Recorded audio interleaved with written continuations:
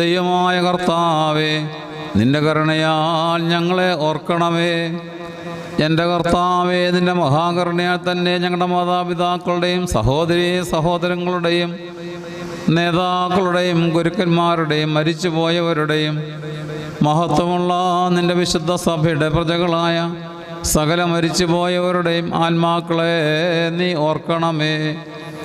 ദൈവമായ കർത്താവേ, അവരുടെ ആത്മാക്കൾക്കും ദേഹികൾക്കും ശരീരങ്ങൾക്കും ആശ്വാസം നൽകണമേ. അവരുടെ അസ്ഥികളിൽ കരുണയും കൃപയുമാകുന്ന പനിമഞ്ഞ് തളിക്കണമേ. കർത്താധികർത്താവേ, മഹത്വനാഥ മിശിഹാ രാജാവേ, ഞങ്ങൾക്കും അവർക്കും നീ വിമോചകനും വിമോചനവുമായിരിക്കണമേ.